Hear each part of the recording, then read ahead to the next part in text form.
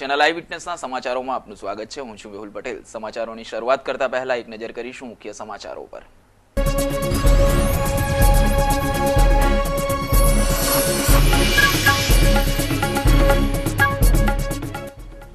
વીર નર્મદ દક્ષિણ ગુજરાત યુનિવર્સિટી સંલગ્ન કોલેજોમાં ચૂંટણી યોજાઈ। 50માંથી 22 બેઠકો પર એનએસયુઆઈ સમર્થિત ઉમેદવારો વિજેતા। અન્ય કોલેજોમાં મતગણતરી ચાલુ।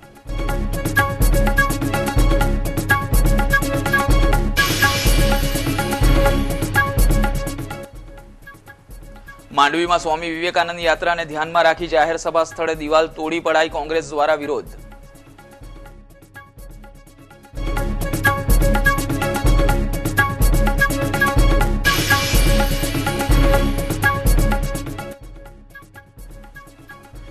લિફ્ટ આપી લૂંટ ચલાવતી ટોળકી ઝડપાઈ। એટીએમના સીસીટીવી ફૂટેજના આધારે ઝડપાયા।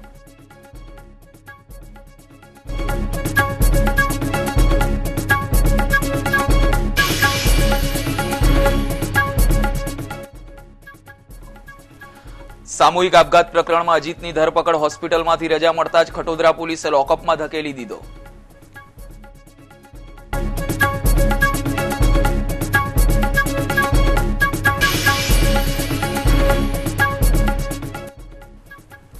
અને કાપોદ્રામાં લૂંટ વિથ મર્ડરની શંકાસ્પદ ઘટનાથી ચકચાર।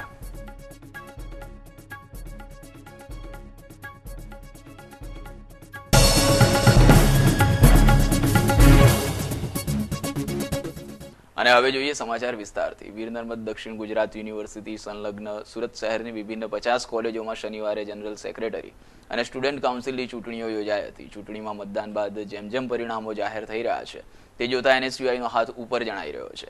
અત્યાર સુધીમાં મળતી માહિતી મુજબ 22 કોલેજોમાં એનએસયુઆઈનો ડંકો વાગી ચૂક્યો છે, જ્યારે અન્ય કોલેજોની મતગણતરી ચાલી રહી છે। શહેરની વીટી ચોકસી કોલેજમાં અલ્પેશ પટેલ, બીઆરસી એમબીબીએસ કોલેજમાં અરુણ દુઆ, બરફીવાળા કોલેજમાં વિશાલ પ્રજાપતિ, ડીઆરબી બીબીએ કોલેજમાં કપિલ રાજપૂત, ડીઆરબી બીસીએ કોલેજમાં હર્ષ કનેરિયા, કેપી મોર્નિંગમાં અક્ષય આહિર, કેપી યુનિંગ કોલેજમાં ચિરાગ આંગડિયા, અમરોલી કોલેજમાં સાવજ ભૌતિક, સાબરકાંઠામાં શર્મા સંધ્યા, જીબી ધારુકાવાડામાં ધોળકિયા સાગર, ઉધના કોમર્સ કોલેજમાં રાહુલ સિંઘ, નવયુગ કોલેજમાં ભાવેશ મિસ્ત્રી અને વિવેકાનંદ કોલેજમાં સાગર દેસાઈ અને પ્રશાંત ભરવાડ વિજેતા થઈ ચૂક્યા છે। અન્ય કોલેજોમાં મતગણતરી ચાલી રહી હોવાનું જાણવા મળ્યું છે।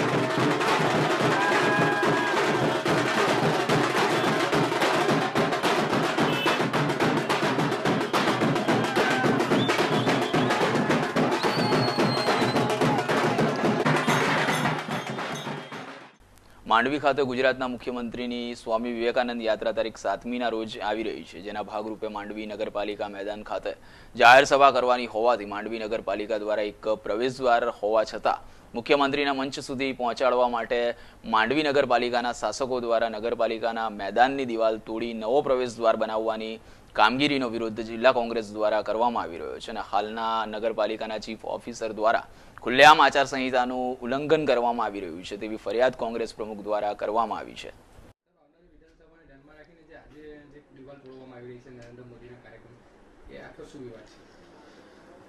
7 તારીખે ગુજરાતના મુખ્યમંત્રી નરેન્દ્રભાઈ મોદી માંડવી વિવેકાનંદ યાત્રા લઈને પધારી રહ્યા છે, તો તેમના સંદર્ભમાં નગરપાલિકાનું જે ગ્રાઉન્ડ છે એ ગ્રાઉન્ડ ઉપર નગરપાલિકાના ખર્ચે બનાવવામાં આવેલી દિવાલ એ અડધી જેટલી તોડી નાખવામાં આવી છે અને આ ગુજરાતના મુખ્યમંત્રી અને ભાજપના કાર્યકર્તાઓને ખાસ કરીને હું તો માંડવી નગરપાલિકાના ચીફ ઓફિસરને કહેવા માંગુ છું કે તમે આ ગુજરાતમાં આચારસંહિતાનો અમલ ગઈકાલથી જ જ્યારે અમલમાં આવી ગયો હોય ત્યારે તમારે મુખ્યમંત્રીનો કાર્યક્રમ એ નગરપાલિકાએ યોજવાનો રહેતો નથી. ભારતીય જનતા પાર્ટીના કાર્યકરો દિવાલ તોડે તો સમજી શકાય કે એમણે તોડ્યા છે, પરંતુ આચારસંહિતાનો ઉલ્લંઘન કરીને આ ચીફ ઓફિસરે જે નિયમોનો ભંગ કર્યો છે, આવા અધિકારીઓને તાત્કાલિક ચૂંટણી કમિશનરને હું લખવાનો છું કે આવા અધિકારીને બદલી કરો અને મૂળ વાત આ ચીફ ઓફિસર જ્યારથી માંડવીમાં આવ્યા છે ત્યારથી વિવાદાસ્પદ ભૂમિકા ભજવી છે અને હંમેશા ભારતીય જનતા પાર્ટીનો ખેસ પહેરીને જાણે પોતે કાર્યકર હોય તે રીતનું એ કામગીરી બજાવી રહ્યા છે. તમે ટીવી નો કેમેરો મારજો, સહેજ દિવાલ તૂટી છે ત્યાં એની સામે જ બરાબર ચીફ ઓફિસરનું મકાન આવ્યું છે. ચીફ ઓફિસર ત્યાંથી રહીને જોયા કરે છે, દિવાલ તૂટી જાય છે, આચારસંહિતાનો ખુલ્લેઆમ ભંગ થાય છે. એટલે ચૂંટણી કમિશનરને વિનંતી કરું છું કે આવા અધિકારીઓ જે જવાબદાર હોય એની સામે કાયદેસરના પગલાં લઈને આવા અધિકારીઓની ચૂંટણી બદલી કરી નાખવી. નવસારી નેશનલ હાઈવે નંબર 8 ઉપર થતા ગુનાઓમાં પેસેન્જરોને લૂંટવાના કેસ વધુ હોય અજાણ્યા વાહનોમાં લિફ્ટ લઈ લૂંટાયેલા ગણદેવીના ફરિયાદીની ફરિયાદના આધારે ચીખલીના અલીપુર ખાતેના એટીએમમાંથી રૂપિયા કાઢી લેતા આરોપીઓને શોધી કાઢવામાં ચીખલી પોલીસે એટીએમમાં રહેલા સીસીટીવી ફૂટેજની મદદ લીધી હતી. મૂળ ગણદેવીના ફરિયાદીને વાપી ખાતેથી લિફ્ટ આપી પોતાની કારમાં લૂંટ ચલાવાઈ હતી અને ચપ્પુની અણીએ એટીએમ કાર્ડ અને તેનો પાસવર્ડ લઈ એટીએમમાંથી રૂપિયા કાઢી લેવામાં આવ્યા હતા. તપાસ દરમિયાન ચીખલી પોલીસે મુંબઈના કલ્યાણ ખાતે પકડાયેલા ત્રણેય આરોપીઓએ ચીખલીમાં પણ ગુનો કર્યો હોવાની કબૂલાત કરી હતી, જેઓને ચીખલી પોલીસે ટ્રાન્સફર વોરંટથી કબજો મેળવી ધરપકડ કરી છે.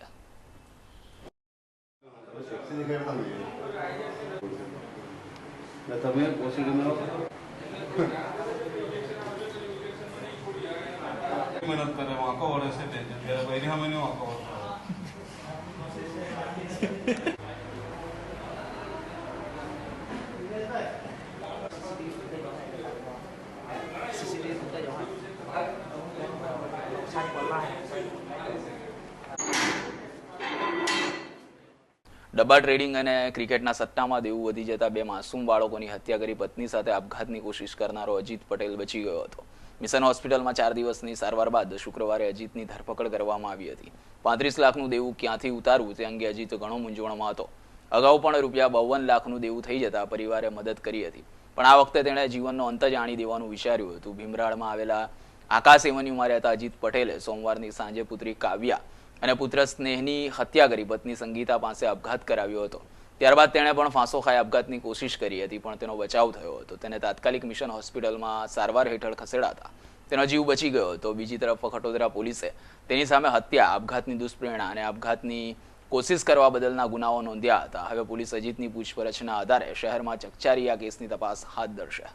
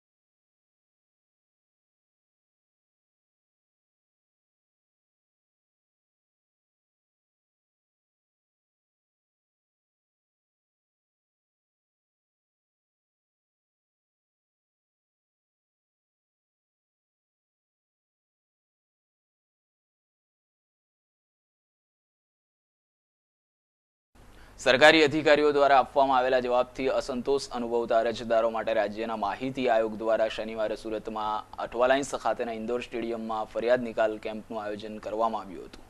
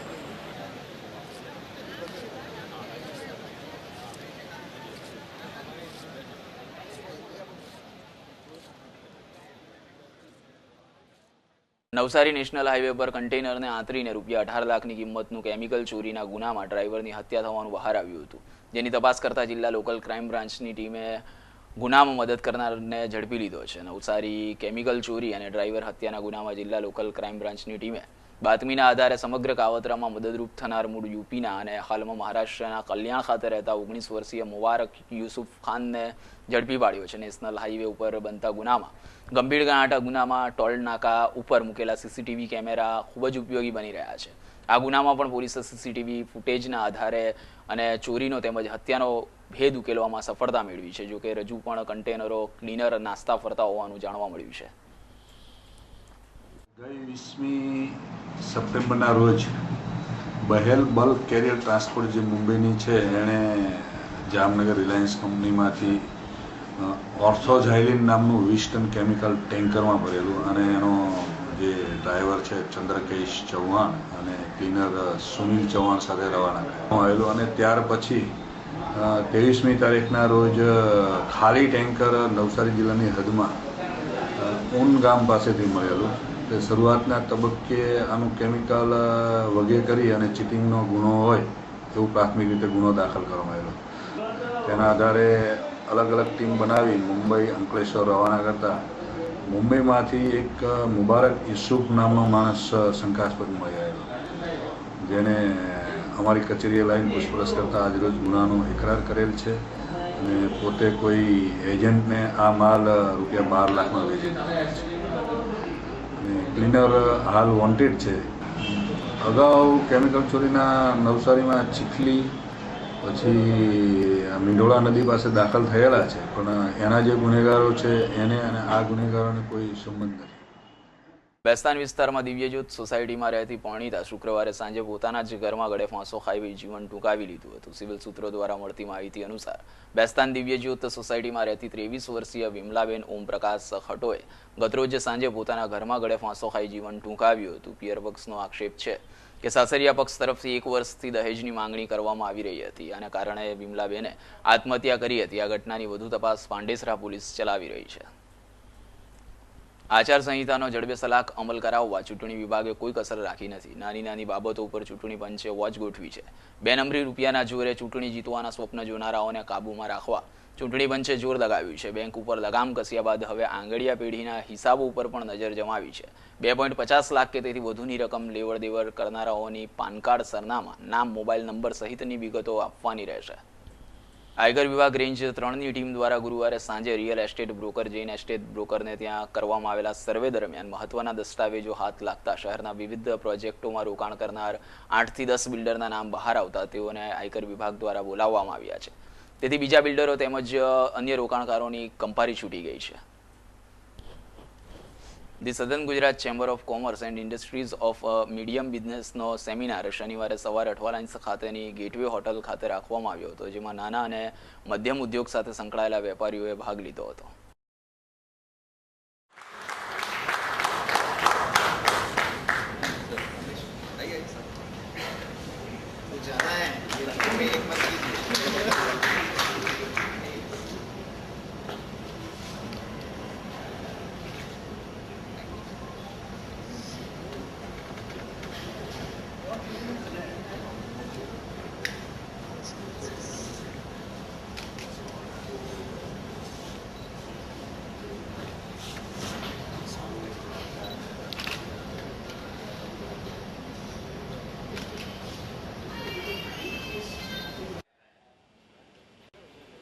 क्योंकि ऐसे में की जब बात आती है तो मालिक भी वो खुद है, ड्राइवर भी खुद है, अकाउंटेंट भी खुद है, सब जिम्मेदारी वो अकेला निभाता है, क्योंकि वही वापस बात आती है finance.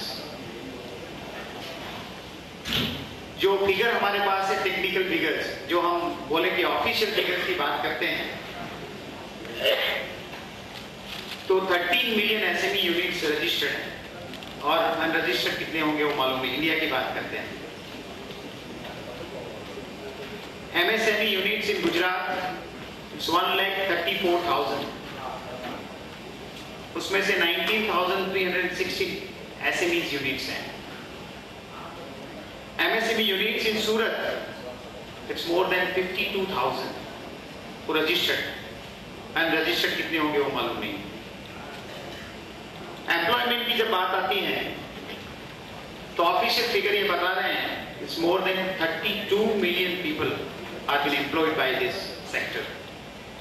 It's a huge amount, बहुत बड़ा नंबर है.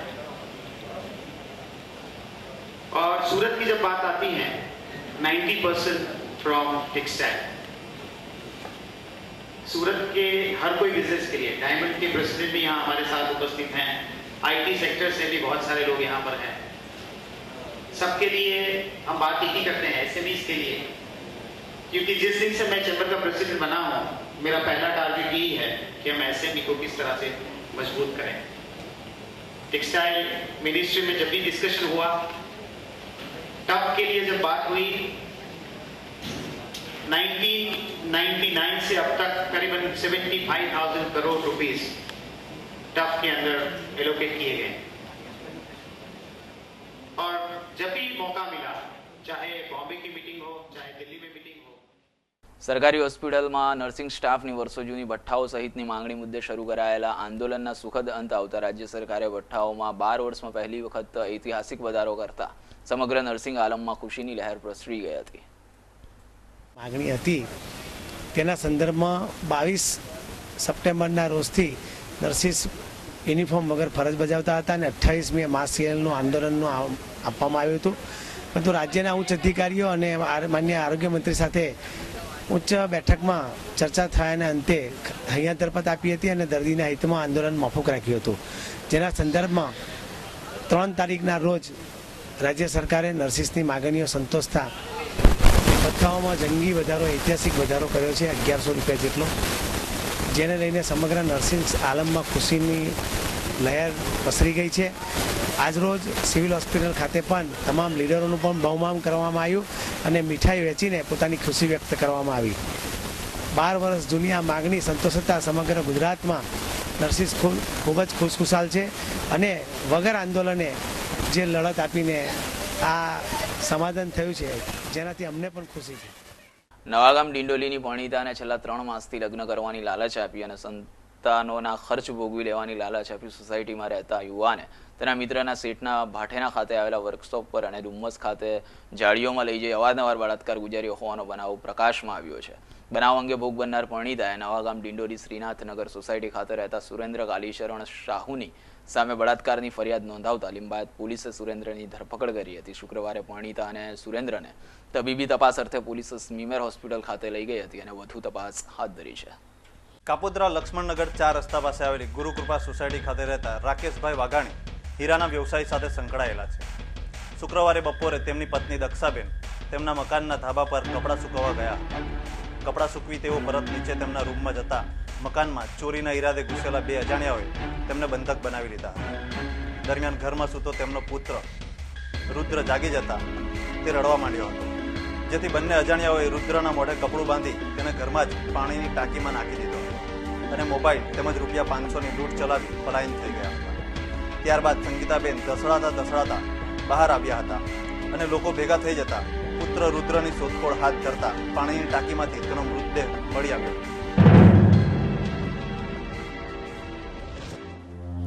બનાવની જાણ થતા કાપોદ્રા પોલીસ તેમજ ઉચ્ચ અધિકારીઓનો કાફલો ઘટના સ્થળે ધસી ગયો હતો અને તપાસ હાથ ધરતા મોબાઈલ ફોન પણ પાણીની ટાંકીમાંથી જ મળી આવ્યો હતો.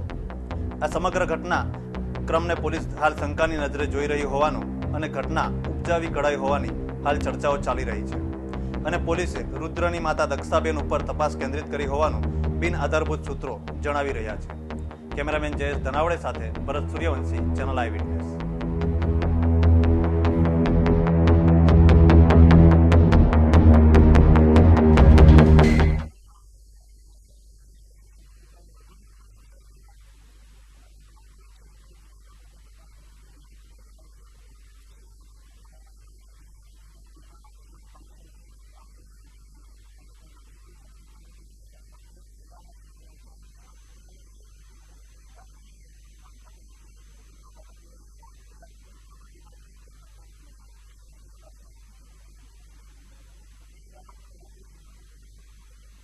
સમાચારોના અંતે ફરી એક નજર મુખ્ય સમાચારો પર.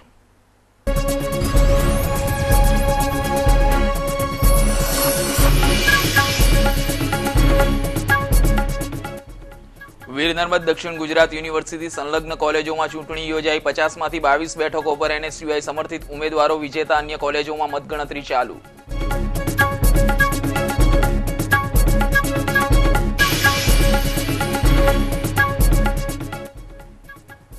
માંડવીમાં સ્વામી વિવેકાનંદ યાત્રાને ધ્યાનમાં રાખી જાહેર સભા સ્થળે દિવાલ તોડી પડાઈ. કોંગ્રેસ દ્વારા વિરોધ.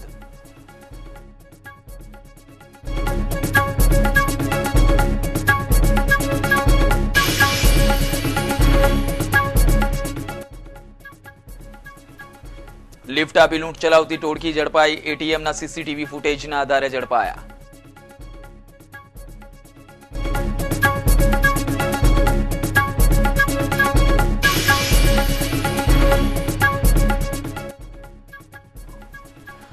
સામૂહિક આપઘાત પ્રકરણમાં અજીતની ધરપકડ. હોસ્પિટલમાંથી રજા મળતા જ ખટોદરા પોલીસે લોકઅપમાં ધકેલી દીધો.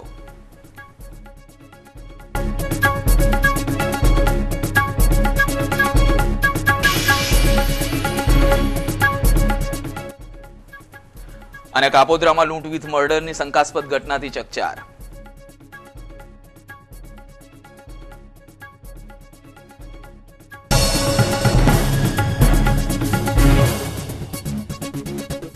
તો આ હતા ચેનલ આઈ વિટનેસના અત્યાર સુધીના સમાચારો. ફરી મળીશું અન્ય નવી ખબરો સાથે. ત્યાં સુધી રજા આપશો. નમસ્કાર.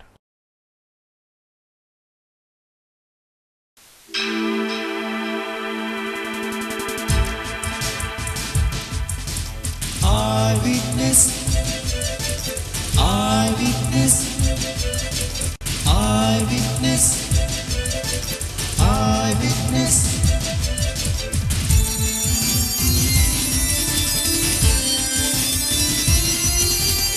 Eyewitness,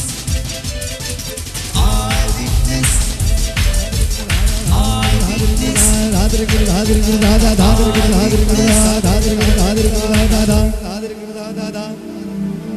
eyewitness.